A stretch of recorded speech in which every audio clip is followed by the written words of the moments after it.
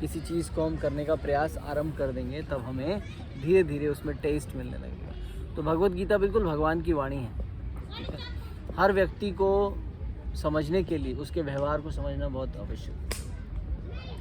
अगर हम मान लीजिए फॉर एग्जांपल कमल प्रभु से बात कर रहे हैं तो रैंडमली कमल प्रभु किसी के पास जाके चर्चा शुरू नहीं करते, पहले अपना इंट्रोडक्शन देते हैं, ठीक है।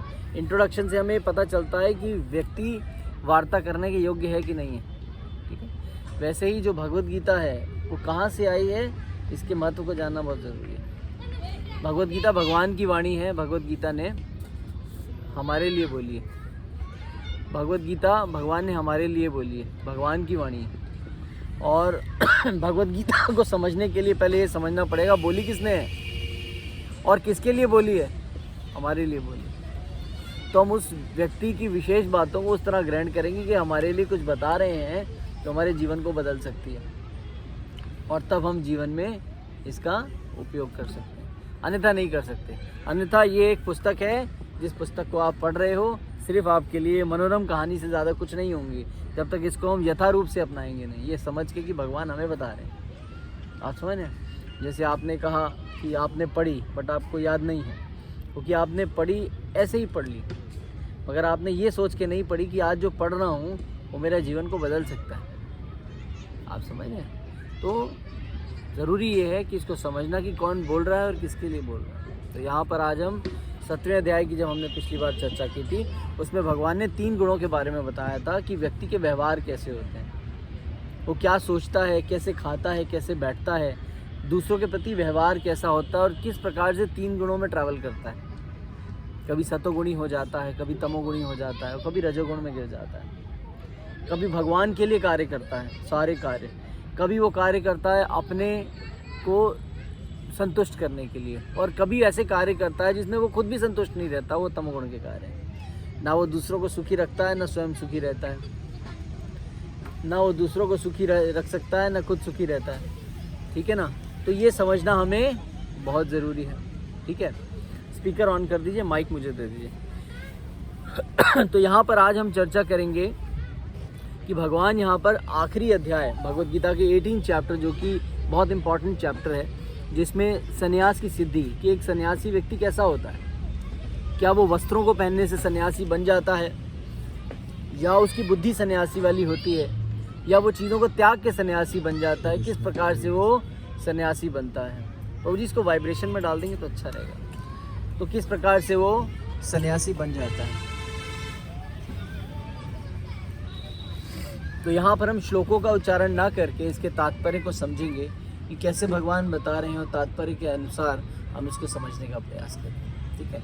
यहाँ पर पहला जो श्लोक है वो कौन कह रहे हैं? अर्जुन कह रहे हैं। अध्याय 18 है, उपसंहार मतलब सन्यास की सिद्धि क्या है, what is the meaning of सन्यास, ठीक है ना। यहाँ पर भगवान बताते हैं, अर्जुन कहते हैं, अर्जुन ने कहा हे महाबाहु, मैं त्याग का उद्देश्य जानने का इच्छुक हूँ कि त्याग किसे कहते हैं। और हे केशी निषिदन, हे ऋषिकेश, मैं त्यागमय जीवन सन्यास आश्रम का भी उद्देश्य जानना चाहता हूँ कि ये सन्यास आश्रम क्या है, त्याग क्या है, what is the meaning of त्याग। मुझे समझ में नहीं आ रही, कृपा करके मुझे बताएं कि सन्यास का अर्थ क्या होता है। तो बहुत सुंदर है, यहाँ पर भगवान अर्जुन को युद्ध में अंतिम क्षण में अंतिम कुछ जो उनकी वार्ता है 18वें अध्याय में सन्यास के बारे में बताया है। और अर्जुन क्या है? अर्जुन गृहस्थ जीवन में रहने वाला एक योद्धा है जो युद्ध करने के लिए कहाँ खड़ा है? युद्ध करने के लिए युद्ध स्थल में खड़ा है कुरुक्षेत्र में, और उसको कह रहे हैं तुम सन्यासी बनो। बड़ी विचित्र बात है ना कि कोई व्यक्ति अपने जीवन में कार्य कर रहा हो, मान लो ऑफिस जा रहा हो और अपने जीवन को चला रहा हो, और कोई इसको व्यक्ति आके बोल दे कि तुम सन्यासी बन जाओ। ये कोई प्रैक्टिकल लगती है बात? बड़ी इम्प्रैक्टिकल सी लगती है ना कि कोई व्यक्ति अपने जीवन में कार्यकलाप कर रहा है, उसे बोला तुम सन्यासी बन जाओ। मगर यहाँ भगवान जो है अर्जुन को युद्ध करने के लिए कह रहे हैं, और आखिरी में क्या बता रहे हैं? सन्यास की सिद्धि बता रहे हैं कि सन्यास क्या होता है और तुम्हें एक सन्यासी की तरह काम करना चाहिए। तो बड़ी विचित्र बात है। तो यहाँ पर जो है उत्तर में भगवान क्या कहते हैं? श्री भगवान उवाचा, श्री भगवान ने कहा, भौतिक इच्छा पर आध्यात्मिक कर्मों के परित्याग को विद्वान लोग सन्यास कहते हैं। मतलब भौतिक इच्छाओं के अब भौतिक इच्छाओं पर आधारित कर्मों के परित्याग को, मतलब जो भौतिक इच्छाएं हमारी होती हैं, उनसे जो हमें फल मिलता है, उनके परित्याग को आम लोग क्या कहते हैं? चीज़ों को त्यागना मतलब क्या होता है? संन्यास है। कि आम लोग यही सोचते हैं कि चीज़ों को त्याग दिया तो ये तो सन्यासी हो गया। फिर क्या बताते हैं? और समस्त कार्यों के फल त्याग को बुद्धिमान लोग त्याग कहते हैं। तो ऊपर क्या है? कर्मों को त्यागने की बात हो रही है, मगर भगवान क्या कहते हैं? बुद्धिमान व्यक्ति फलों को त्यागता है, कर्मों को नहीं त्यागता। तो भगवान यहाँ क्या बताने जा रहे हैं अर्जुन को? जो मैं अथॉरिटी वाइज तुम्हें कह रहा हूँ युद्ध करने के लिए, ये अथॉरिटी है और तुम्हें युद्ध करना है, मगर इससे परिणाम की चिंता किए बिना, क्योंकि वो मैं कह रहा हूँ, परिणाम पे तुम्हारा अधिकार नहीं है। जो अपने फलों को त्याग देता है वो क्या कहलाता है? वही सन्यासी कहलाता है। कर्मों को त्यागना नहीं, कर्म से कभी सन्यास नहीं लेना है, कर्म के फलों से सन्यास लेना है। मान लीजिए आपके पास, आप बहुत मेहनत करते हो, आपको कोई रिजल्ट मिलता है, रिजल्ट से डिटैचमेंट होना यही एक सन्यासी का कर्तव्य है। मैं यहाँ लेक्चर दे रहा हूँ, मैं आप लोगों से चार्ज लेता हूँ? नहीं लेता। If I am doing for well, अगर मैं अच्छे कॉज के लिए आपको समझा रहा हूँ, सिखा रहा हूँ, और मैं आपसे चार्ज नहीं कर रहा हूँ और मैं उससे कुछ ले भी नहीं रहा हूँ, तो ये संन्यास युक्त कार्य हुआ। कि भगवान कहते हैं कार्य करो पूर्ण तरीके से जैसा मैं तुम्हें बता रहा हूँ, परंतु उसके कर्म के फलों से तुम्हें कोई अटैचमेंट नहीं होनी चाहिए। जो तुम्हें मिलता है तुम्हारे हिसाब से मिलता है, वो मैं तुम्हें देता हूँ तुम्हारी बुद्धि के अनुसार, तुम्हारी मति के अनुसार, कि तुम कैसे मुझ पे कितने शरणागत हो, उसी के अनुसार तुम्हें रिजल्ट देता हूँ, बट उस रिजल्ट से भी तुम्हें अटैचमेंट नहीं होनी चाहिए। फिर भगवान क्या कहते हैं? कुछ विद्वान घोषित करते हैं कि समस्त प्रकार के सकाम कर्मों को दोषपूर्ण समझकर त्याग देना चाहिए, किंतु अब यहाँ पर क्या होता है?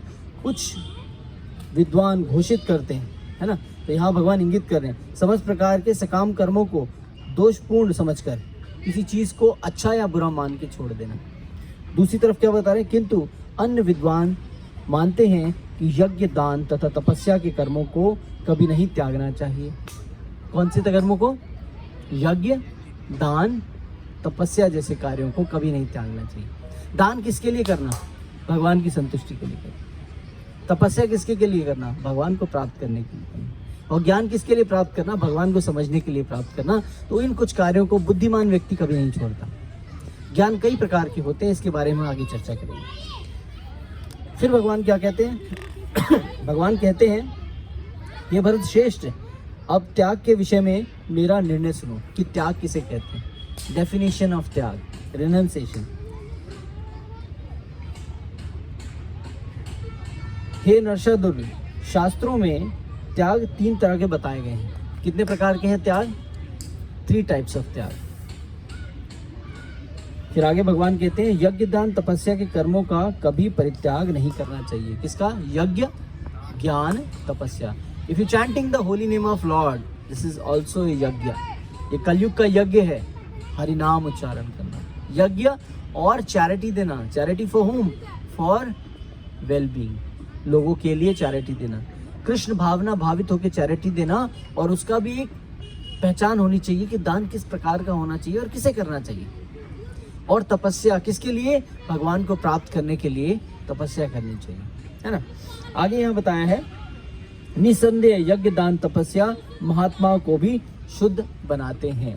तो जितने भी संसार में आप जितने भी महान लोग देखते हो, जितने भी महापुरुष देखते हो, ऋषि मुनि देखते हो, वो सब क्या करते हैं? तपस्या करते हैं। किसके लिए? भगवान की संतुष्टि के लिए। फिर भगवान कहते हैं जो व्यक्ति नियम कर्मों को कष्टप्रद समझकर या शारीरिक कलेश के भय से त्याग देता है, उसके लिए कहा जाता है कि उसने यह त्याग रजोगुण में किया है। ऐसा करने से कभी त्याग का उच्च फल प्राप्त नहीं होता। कैसा फल? अगर आप क्या समझ के करते हैं कि ये शारीरिक कष्ट है, और अगर आप ये सोच के करते हैं कि ये कष्टप्रद है, उसका फल हमें नहीं मिलता। किसी चीज़ को त्याग देना, छोड़ देना, which is very easy to do, but purposely छोड़ना और कष्ट को किसके लिए भोगना? भगवान की संतुष्टि के लिए भोगना, या ऐਵੇਂ ही भोग लेना। आप किसी चीज़ को कर रहे हो, मान लो आज की डेट में लोग व्रत रखते हैं, है ना? व्रत रखते हैं लोग, फास्ट रखते हैं उनको मालूम ही नहीं फास्ट का मतलब क्या होता है। उपवास मतलब उप मतलब उच्च स्थान और वास मतलब वहाँ रहना। उपवास मतलब भगवान के नजदीक उस दिन रहना, उसको कहते हैं उपवास। उपवास वाले दिन क्या करना चाहिए? उपवास वाले दिन भगवान को सुनना चाहिए, भगवान को पढ़ना चाहिए और भगवान को ही बोलना चाहिए और ज़्यादा से ज़्यादा स्पिरिचुअल एक्टिविटीज़ करनी चाहिए। और उपवास वाले दिन लोग क्या करते हैं? चाय पीते हैं, गप्पे मारते हैं और खाना नहीं खाते हैं। इसको उपवास नहीं कहते। वो क्या कर रहे हैं? अपना समय नष्ट कर रहे हैं। This is not meaning of उपवास। फास्ट इसको नहीं कहते हैं, ये तपस्या नहीं है। फास्ट मीन तपस्या, उस दिन तपस्या करनी है, अल्पाहार करना है, कम खाना है जिसकी वजह से नींद ना आए। और हम क्या करें? ये पीछे बल्ले बल्ले को बंद कराएं प्लीज़। तो हम उपवास इसलिए करते हैं कि हम ज़्यादा से ज़्यादा भगवान से एसोसिएट हो सकें, है ना। हम ज़्यादातर भगवान से, भगवान की रीडिंग करें, भगवान के बारे में सुने, चर्चा करें, पढ़ें, नाम जप करें और भगवान के नज़दीक रहने का प्रयास करें। इसको उपवास कहते हैं। मगर हम क्या करते हैं? घर में फास्ट वाले दिन चाय बना के पीते हैं और कुछ भी नहीं खाते हैं। ये व्यर्थ का काम है। You just wasting your time. This is not a fast. और 99% लोग यही करते हैं। उनको पथ का पता ही नहीं, वो पथ भ्रष्ट है, उनको मालूम ही नहीं है जीवन में करना क्या है ना। आगे चर्चा होती है, कहते हैं हे अर्जुन, जब मनुष्य नियम कर्तव्य को करणीय मानकर करता है, नियमों को करणीय करने योग्य मान के करता है और समस्त भौतिक संगति तथा फल की आसक्ति के त्याग देता है, तो उसका त्याग सात्विक कहलाता है। बिना किसी इंटेंशन के, बिना किसी लालच के उपवास करता है। किसके लिए? भगवान की संतुष्टि के लिए। I am doing my fast, I am doing my तपस्या, आई एम डूइंग हरि नाम यात्रा, मैं पैदल चल के कहीं जा रहा हूँ या किसी धाम में वास कर रहा हूँ, या अपने टाइम को निकाल के मैं किसी ऐसी डेस्टिनेशन पे पहुँचा हूँ जहाँ पर स्पिरिचुअल डेस्टिनेशन है, वहाँ पहुँचा हूँ। कुछ दिन उपवास करूँगा, कुछ दिन जप करूँगा, परिक्रमाएँ करूँगा, गोवर्धन परिक्रमा करूँगा, वृंदावन परिक्रमा करूँगा। ये हम क्यों कर रहे हैं? जान के कि हम भगवान को संतुष्ट करना चाह रहे हैं, मगर इसके अगेंस्ट मुझे कुछ चाहिए नहीं। जो भगवान देगा स्वतः मैं ले लूँगा, मगर मैं बिना किसी बेनिफिट के ये कार्य कर रहा हूँ। वो क्या करता है? सात्विक कार्य करता है। इसके बारे में भगवान यहाँ चर्चा कर रहे हैं।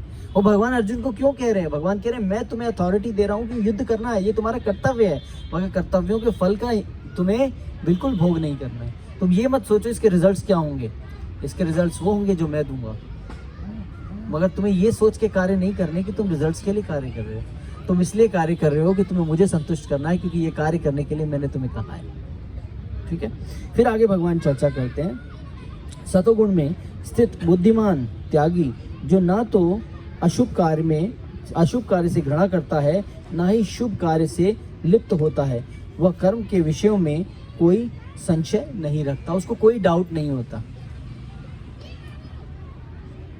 अशुभ कार्यों से वो घृणा नहीं करता। कोई व्यक्ति अगर घृणित कार्य कर रहा है तो उससे घृणा नहीं करता, उसके प्रति उसके मन में करुणा होती है। ये बीमार है, ये गलत कार्य कर रहा है, ये बीमार है, भगवान इसको कृपा प्रदान करो। ये बुरा व्यक्ति नहीं है, गंदा व्यक्ति नहीं है, बस इसकी मनोवृत्ति बुद्धि खराब हो गई है, इसीलिए गलत कार्यों को करता है। और अच्छे कार्यों से अटैच भी नहीं होता। वो वही कार्य करता है जिसमें भगवान की संतुष्टि होती है और दोनों में एक ही समान रहता है। ऐसा सतोगुणी व्यक्ति होता है। इसके बारे में भगवान विशेष रूप से कहते हैं, कृष्ण भावना भावित व्यक्ति का सतोगुणी व्यक्ति ना तो किसी व्यक्ति से घृणा करता है और ना अपने शरीर को कष्ट देने वाली किसी बात से। वह उपयुक्त स्थान पर तथा उचित समय पर बिना डरे अपना कर्तव्य करता है। ऐसे व्यक्ति को जो अध्यात्म को प्राप्त है, सर्वाधिक बुद्धिमान तथा अपने कर्मों में संशय रहित मानना चाहिए। किसको किसी प्रकार का डर नहीं है, जो वो कर रहा है भगवान की संतुष्टि के लिए कर रहा है, उसे किसी प्रकार का डर नहीं, किसी प्रकार का भय नहीं, किसी प्रकार की शर्म नहीं, बुरे लोगों से घृणा नहीं करता, अच्छे लोगों का सम्मान करता है, मगर उनसे भी अटैच नहीं होता। वो कार्य करता है जो भगवान ने उसे बताया, जो उसको कर्तव्य करणीय मतलब कर्तव्य समझ के करता है कि ये मेरा कर्तव्य है भगवान का प्रचार करना और मैं उसको कर रहा हूँ। जिसको स्वीकार करना है भगवान उसको बुद्धि देगा, वो अपने आप स्वीकार कर लेगा, मुझे जबरदस्ती उसको पकड़ना नहीं पड़ेगा। सतोगुणी व्यक्ति के कार्य स्वतः ही हो जाते हैं। ठीक है। यहाँ पर फिर आगे भगवान बताते हैं,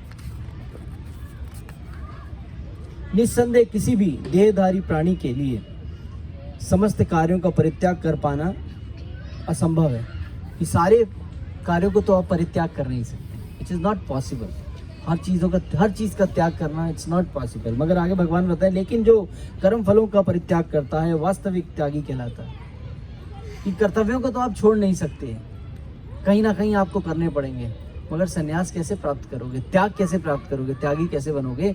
उन कर्म फलों को त्याग कर, अटैचमेंट वाली बुद्धि छोड़कर आप एक त्यागी बन सकते हो। You do your duties, don't wait for the results. Do your duty, perform 100%. Result भगवान उसके अनुसार देंगे। आपकी पॉकेट में जितनी जगह है उतनी ही चीजें उसमें आ सकती हैं, उससे ज्यादा आ सकती हैं नहीं आ सकती, उससे ज्यादा आ भी नहीं सकती। करेक्ट। फिर भगवान क्या कहते हैं, जो त्यागी नहीं है उसके लिए इच्छा, अनिच्छा तथा मिश्रित ये 3 प्रकार के कर्मफल मृत्यु के बाद मिलते हैं, लेकिन जो सन्यासी है उन्हें ऐसे फल का सुख या दुख नहीं भोगना पड़ता।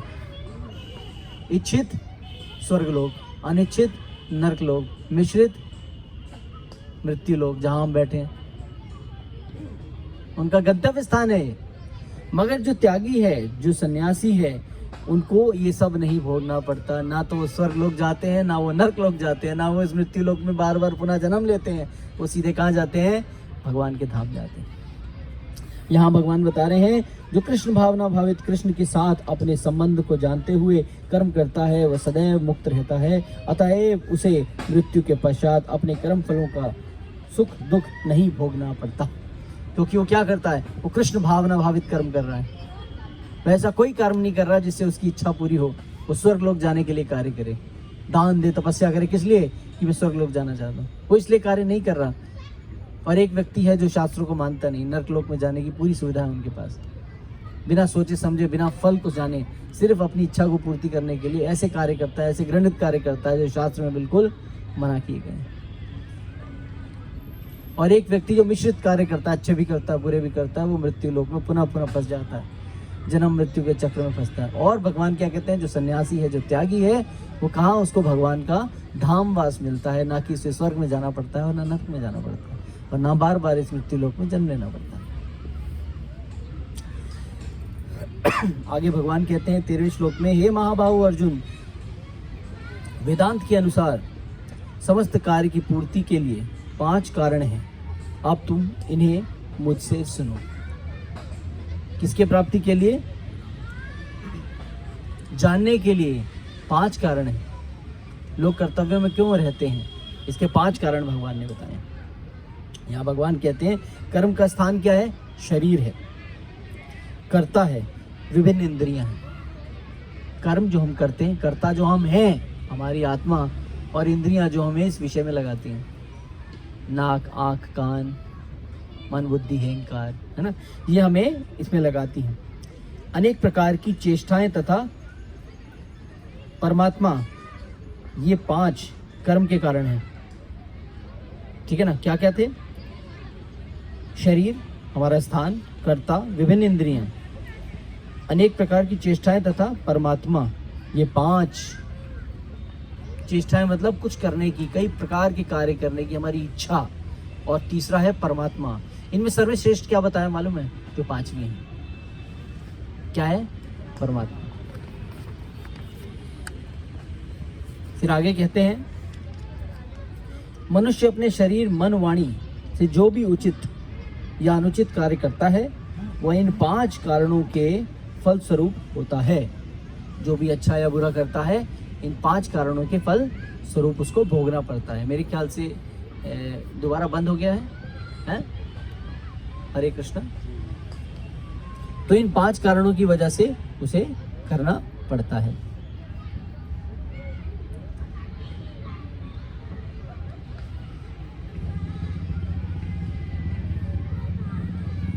Just wait for a minute.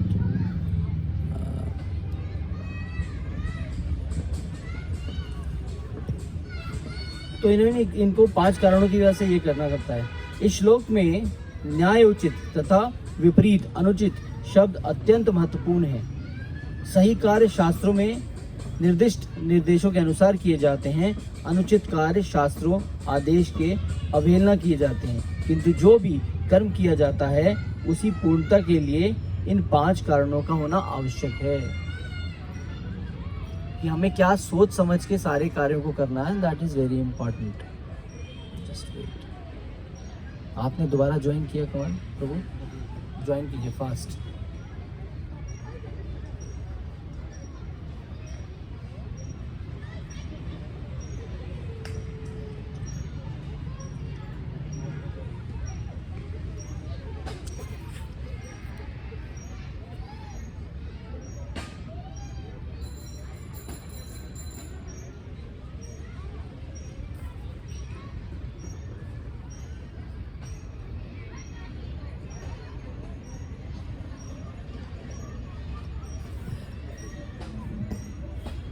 आगे बताते हैं, अतएव जो इस 5 कारणों को न मानकर अपने आप को ही एकमात्र कर्ता मानता है वह निश्चित ही बहुत ही बुद्धिमान नहीं होता और वस्तुओं को सही रूप से नहीं देख सकता।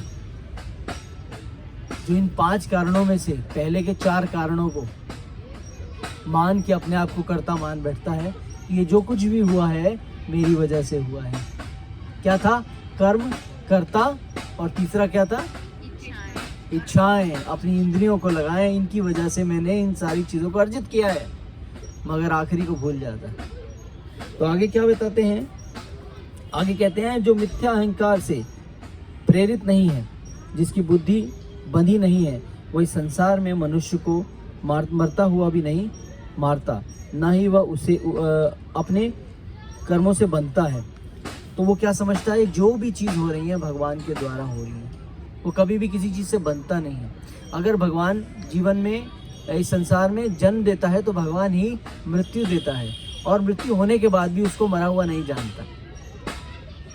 कि शरीर तो नश्वर है, आत्मा नश्वर है, शरीर मारा जाता है, आत्मा तो कभी मरती नहीं। इसको ये शरीर चला गया तो दूसरा मिल जाएगा, ये बुद्धिमान व्यक्ति सोचता है।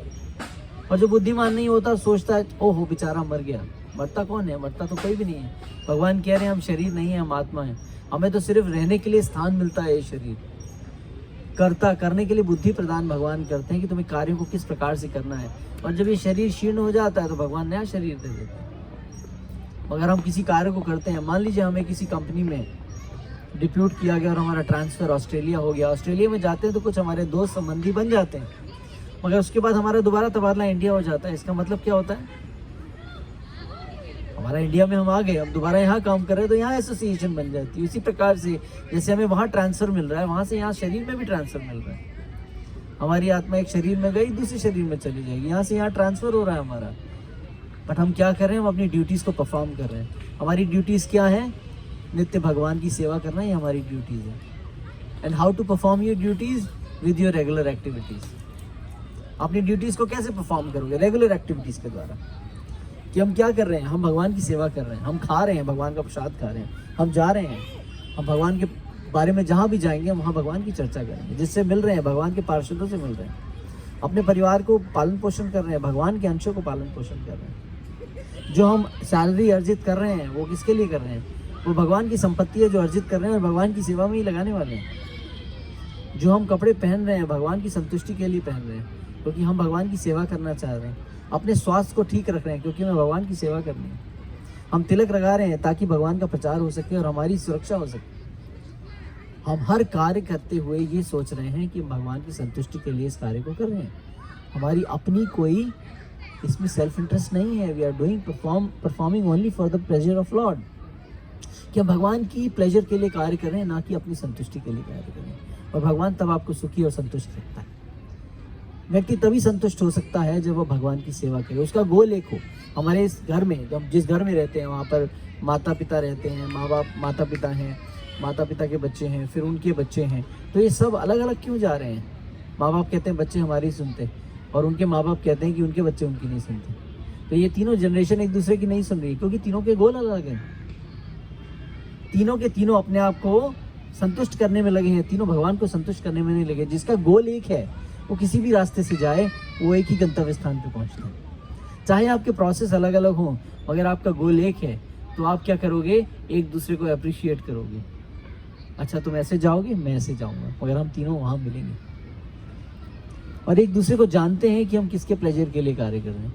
मगर यहाँ पर तीनों के रास्ते अलग अलग हैं, तो कैसे तालमेल बैठेगा? रास्ते भी अलग हैं और डेस्टिनेशंस भी अलग अलग हैं, तो आप कोप अप कर पाएंगे एक दूसरे से? कभी नहीं कर पाएंगे। जिसके गोल ही अलग हो वो कैसे कोप अप करेगा, है ना? आगे चर्चा होती है, जो मिथ्या अहंकार से प्रेरित है और जिसकी बुद्धि बंदी नहीं है, वह इस संसार में मनुष्य को मरता हुआ भी नहीं मारता, ना ही वह अपने कर्मों को बांधता है। उसके कर्म बंधे नहीं हुए, उसके कर्म फ्री हैं। I am free bird only serving my lord, nobody will bind me. उसके आगे क्या बताते हैं? ज्ञान, ज्ञेय तथा ज्ञाता, ये तीन कर्म को प्रेरणा देने वाले हैं। इंद्रियां कारण, मतलब इंद्रियां, कर्म तथा कर्ता, ये तीन कर्म के घटक हैं। तो यहाँ पर बताया जाता है ज्ञान, ज्ञेय तथा ज्ञाता। ज्ञान मतलब भगवान के बारे में नॉलेज, ये मतलब कर्ता जो कर रहा है इसको, और ज्ञाता जो इसको जानता है। फिर आगे बताया जाता है, इसमें मैं थोड़ा तात्पर्य दूंगा। दैनिक कार्य के लिए ये तीन प्रकार की प्रेरणा है, ज्ञान, ज्ञेय तथा ज्ञाता, कर्म का कारण और घटक हैं। स्वयं कर्म तथा कर्ता, ये तीन कर्म के घटक कहलाते हैं। किसी भी मनुष्य द्वारा किए गए किसी कार्य में यही तत्व है। कर्म करने के पूर्व कुछ न कुछ प्रेरणा होती है। किसी भी कर्म से पहले प्राप्त होने वाले फल कर्म के सूक्ष्म रूप से वास्तविक बनता है। मतलब हमारे पुराने प्रारब्ध होते हैं जिसकी वजह से हम कुछ कार्यों को करते हैं। कोई ना कोई रीज़न ज़रूर रहा होगा जो हमें जन्म मिला या हम इस कार्य को कर रहे हैं, तो हमारे पीछे कोई ना कोई रीज़न है। अगर आप यहाँ बैठी हैं और आप कथा सुन रही हैं, तो आपके पुराने प्रारब्ध हैं जो आपको यहाँ तक लेके आए। आप यहाँ बैठे हैं तो आपके किए गए कुछ कर्म हैं जो आपको यहाँ लेके आए हैं। कुछ भी ऐसे नहीं हो जाता, उसके पीछे कुछ ना कुछ हमारे योगदान जरूर होते हैं। उसके द्वारा भगवान निर्धारित करता है कि हमें कब किस कार्य को करना है। फिर आगे भगवान बताते हैं, प्रकृति के तीन गुणों के अनुसार ही ज्ञान, कर्म तथा कर्ता के तीन तीन भेद हैं। अब तुम मुझसे इन्हें सुनो। तीन भेद कौन से हैं? कि हम जो करते हैं हमारे अनुसार हमें रिजल्ट्स मिलते हैं, उसके भी तीन भेद भगवान ने बताए हैं। फिर आगे भगवान 20वें श्लोक पे कहते हैं, जिस ज्ञान से अनंत रूपों में विभक्त सारे जीवों में एक ही अभिभक्त आध्यात्मिक प्रकृति देखी जाती है, उसे ही तुम सात्विक मानो। कि हर जगह मैं हूँ, हर चीज में मैं हूँ, हर स्थान में मैं पाया जाता हूँ। यहाँ पर बताया जाता है, जो व्यक्ति हर जीव में, चाहे वह देवता हो, मनुष्य हो, पशु पक्षी हो या जल जंतु हो, जीवों में एक ही आत्मा है। यद्यपि पूर्व कर्मों के अनुसार उसके शरीर भिन्न भिन्न हैं, क्योंकि उन्होंने पिछले जन्मों में अलग अलग कार्य किए हैं, इसके हिसाब से उन्हें अलग अलग शरीर मिले हैं, मगर उसके अंदर जो रहने वाली आत्मा है वो सब एक ही है। जैसे किसी 7वें अध्याय में वर्णन हुआ है कि प्रत्येक शरीर में जीवन शक्ति की अभिव्यक्ति परमेश्वर की परा प्रकृति के कारण होती है। उस पर पराप्रकृति, उस जीव शक्ति को प्रत्येक शरीर में देखना सात्विक दर्शन है। कि हर शरीर में एक ही आत्मा है, ये सात्विक दर्शन है। यहाँ पर कई बार बड़ा विचित्र भगवान ने एक बात कही है कि जो स्थित प्रज्ञ व्यक्ति होता है, जो भक्त होता है, वो कुत्ते और ब्राह्मण में एक समान भेद करता है, मगर व्यवहारिक तरीके से वो ब्राह्मण को आदर देता है और व्यवहारिक तरीके से एक पशु को उसका आदर देता है, मगर दोनों में कभी भेद नहीं करता, क्योंकि दोनों की आत्मा है। मानसिक रूप से कभी भेद नहीं करता, दोनों को उतना ही प्रेम आदर देता है। यह जीव शक्ति अविनाशी है, मतलब आत्मा, भले ही शरीर विनाशीन हो। जो आपसी भेद है वह शरीर के कारण है। कि जो हमारे बीच में डिफरेंसेस आते हैं वो किसके कारण आते हैं? ये स्त्री हैं और आप पुरुष हैं, ये भेद है। मगर आप भी भगवान की आत्मा है, भगवान के अंश हैं, और ये भी भगवान के अंश हैं। इनमें दोनों में एक ही भेद है, बस शरीर का अंतर है, ठीक है ना। वह शरीर के कारण है। चूँकि बद्ध जीवन में अनेक प्रकार के भौतिक रूप हैं, अतएव जीव शक्ति विभक्त प्रतीत होती है। ऐसा निराकार ज्ञान आत्म साक्षात्कार का एक पहलू है। कि निराकार ज्ञान, हम इन चीज़ों को समझ नहीं पाते, ये एक पहलू है। यस प्रभु जी।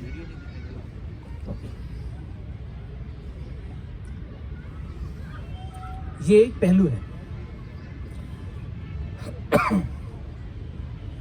फिर भगवान कहते हैं जिस ज्ञान से कोई मनुष्य विभिन्न शरीरों में भिन्न भिन्न प्रकार का जीवन देखता है उसे तुम राजसिक मानो।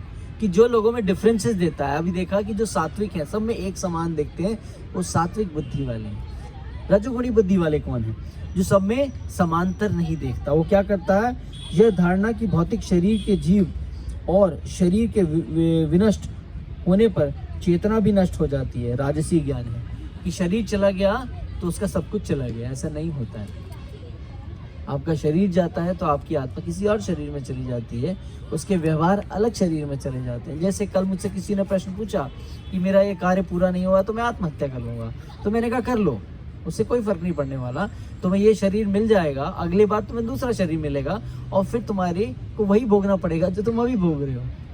कर लो आत्महत्या। आप समझ गए? जैसे आपने दिल्ली में लोन लिया और उस लोन को नहीं चुकाया, मगर आपका नाम तो नहीं बदलता ना।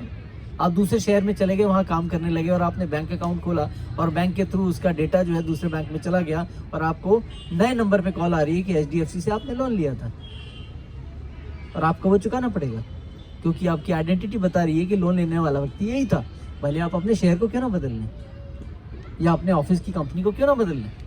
उसी प्रकार से अब आत्मा है, अगर इस शरीर में भोग रही है, आत्महत्या करने के बाद दूसरे शरीर में भी वही भोगेगी। जब तक वो कोटा फिनिश नहीं हो जाता तब तक आपको भोगना पड़ेगा, वो आपका पीछा नहीं छोड़ेगा।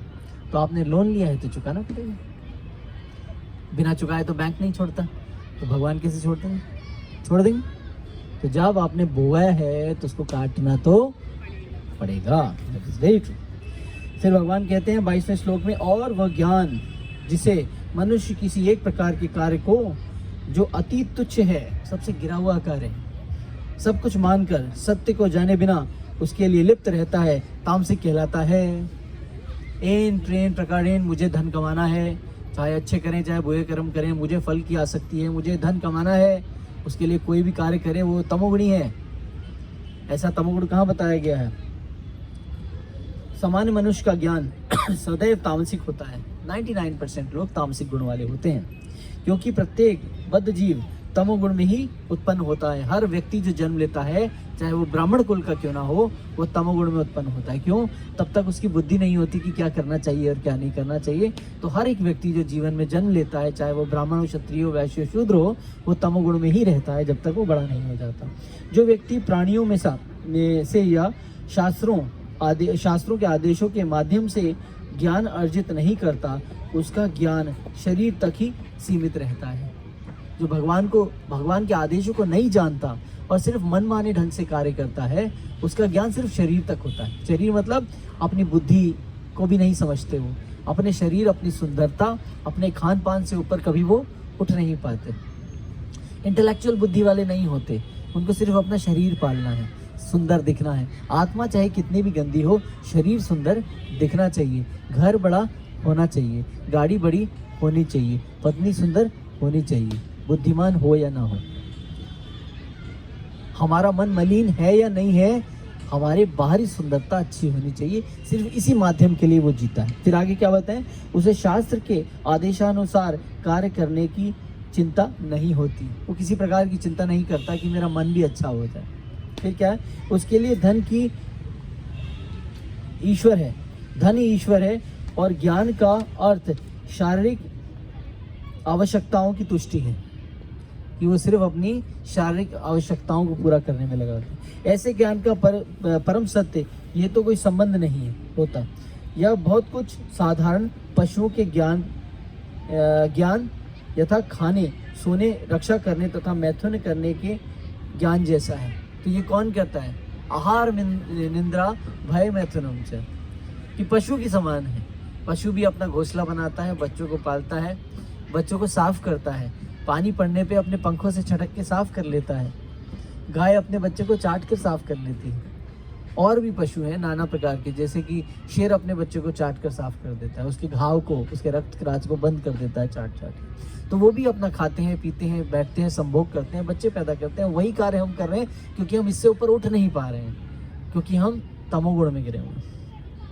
फिर आगे क्या बताते हैं, आगे कहते हैं जो कार्य नियमित है और जो आसक्ति राग द्वेष से रहित है, कर्म फल की चाह के बिना है, वह सात्विक कार्य है।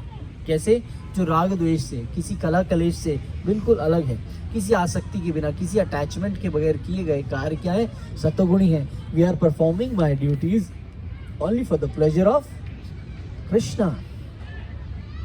और कोई आसक्ति है ही नहीं। हमारी आसक्ति सिर्फ इतनी है कि भगवान की सेवा के लिए मैं कार्य कर रहा हूँ, यही हमारी आसक्ति है। इसकी अन्यथा कोई आसक्ति है ही नहीं।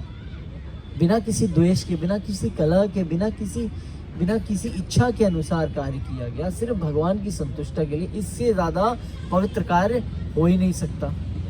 और पूरे स्वाभिमान के साथ ही कार्य किया जाता है, बिना शर्म के किया जाता है। फिर बताते हैं, लेकिन जो कार्य अपनी इच्छा पूर्ति के लिए निमित्त प्रयास पूर्वक एवं मिथ्या अहंकार के भाव से किया जाता है, वह रजोगुणी है। कैसे? अपनी इच्छाओं की पूर्ति के लिए अहंकार से युक्त किया गया कार्य, घमंड से युक्त किया गया कार्य, और अपने ही भाव से, अपने लिए, अपने ही अंतर्गत जो कार्य किए जाते हैं, वो रजोगुणी कार्य हैं। फिर कहते हैं 26वें श्लोक में, 25वें श्लोक में, जो कर्म मोहवश शास्त्रीय आदेशों की अवहेलना करके और भावी बंधन की चिंता किए बिना और हिंसा अथवा अन्यों को दुख पहुंचाने के लिए किया जाता है, वो तामसिक होता है। कितना घृणित है। शास्त्रों को ना मानते हुए, कोई पैरामीटर्स नहीं है लाइफ के, शास्त्रों को ना मानते हुए, ठीक है, शास्त्रों के अवहेलना करते हुए, बंधन की चिंता करते हुए, हर चीज़ की चिंताग्रस्त होके, कैसे होगा, क्यों होगा, किस लिए होगा, और हिंसा अथवा अनेक को दुख पहुंचा के, दूसरों को दुखी रख के जो कार्य किए जाते हैं, वो तमोगुणी होते हैं। जिन कार्यों को करने से दूसरों को दुख मिलता है। और भक्त कहता होता है, भक्त ऐसा होता है कि पर दुखे दुखी होता है और पर सुखे सुखी होता है। दूसरों के सुख से उसे सुख मिलता है और दूसरों के दुख से उसे दुख मिलता है। तो यहाँ पर क्या है, हम क्या करते हैं, दूसरों के सुख में हमें दुख मिलता है और दूसरों के दुख में हमें खुशी होती है। हमारी प्रवृत्ति बिल्कुल बदल गई है। ये तमोगुणी लक्षण है। सतोगुणी क्या है, दूसरों के दुख में हमें दुख होता है और दूसरों के सुख से हमें सुख मिलता है। कि जो व्यक्ति भौतिक गुणों से संसर्ग में बिना अहंकार रहित संकल्प तथा उत्साहपूर्वक अपना कर्म करता है और सफलता और असफलता में अविचलित रहता है, वह सात्विक कर्ता कहलाता है। कैसा कर्ता? भौतिक गुणों से संघर्ष करता है, बिना किसी अहंकार के, द्वेष के, अहंकार के बिना, और संकल्प करता है और पूरे उत्साह के साथ उस कार्य को करता है, बिना किसी इच्छा के। वो कौन कर सकता है? वो सिर्फ भक्ति कर सकता है। और पूरे उत्साह से कार्य करता है और बिना सफलता और असफलता से रहे। भौतिक कार्य में की गई चीजें असफल भी हो सकती हैं, मगर आध्यात्मिक जगत में बढ़ाया हुआ एक कदम आपकी सफलता को निर्धारित कर देता है। भौतिक जगत में सफल और असफल हो सकते हो, मगर आध्यात्मिक जगत में कभी कोई असफल नहीं होता, क्योंकि उसका 1% किया गया कार्य भगवान स्वीकार कर लेते हैं और 100% किए गए कार्य भी भगवान स्वीकार कर लेते हैं। इसीलिए भक्त कभी अपने जीवन में असफल नहीं होता। उसका एक किया गया प्रयास उसको सफलता दिखाता है, मगर वो कभी जीवन में असफल नहीं होता। ठीक है, आगे चर्चा होती है। जो कर्ता कर्म तथा कर्म फल से प्रति आसक्त होकर फलों को भोग करना चाहता है, तथा जो लोभी, सदैव ईर्ष्यालु, अपवित्र और सुख दुख से विचलित होने वाला है, वह राजसिक है। रजोगुणी कौन है? जो भोग की इच्छा रखता है, वो रजोगुणी है। फिर आगे बताया जाता है, जो कर्ता सदा शास्त्रों के आदेशों के विरुद्ध कार्य करता है, बिल्कुल अपोजिट। जो भौतिकवादी, हठी, कपटी, दूसरों का अपमान करने वाला, पटु मतलब ज्यादा बोलने वाला, और आलसी, सदैव खिन्न तथा काम करने में दीर्घ सूत्र मतलब लेट काम करने वाला, हर काम को खींच के करने वाला, जो काम 1 दिन का है उसको 10 दिन में करने वाला, वह तमोगुणी है। भक्त क्या करता है? भगवान की सेवा, आज करूँगा, अभी करूँगा और जल्दी करूँगा, ताकि कल नया काम भगवान के लिए शुरू कर सकूँ। और जो तमोगुणी है वो धीरे धीरे खींच के उस कार्य को करेगा, जो एक दिन का काम है उसको 10 दिन में करेगा। फिर आगे क्या बताया जाता है? तमोगुणी है। फिर आगे कहते हैं, हे धनंजय, अब मैं प्रकृति के तीनों गुणों के अनुसार तुम्हें विभिन्न प्रकार की बुद्धि तथा धृति के विषय में विस्तार से बताऊंगा, तुम उसे सुनो। कि मैं 3 गुणों में व्यक्ति की बुद्धि कैसी होती है और उसकी मति धृति कैसी होती है, इसके बारे में बताऊंगा। ज्ञान, ज्ञेय तथा ज्ञाता की व्याख्या प्रकृति के गुणों के अनुसार 3 पृथक विभागों के करने के बाद अब श्री भगवान कर्ता की बुद्धि तथा उसके संकल्प धैर्य के विषय में उसी प्रकार से बताएंगे। अब भगवान उसकी बुद्धि के बारे में बताएंगे कि ये सतोगुणी, रजोगुणी और तमोगुणी व्यक्ति कैसा होता है। हरे कृष्ण।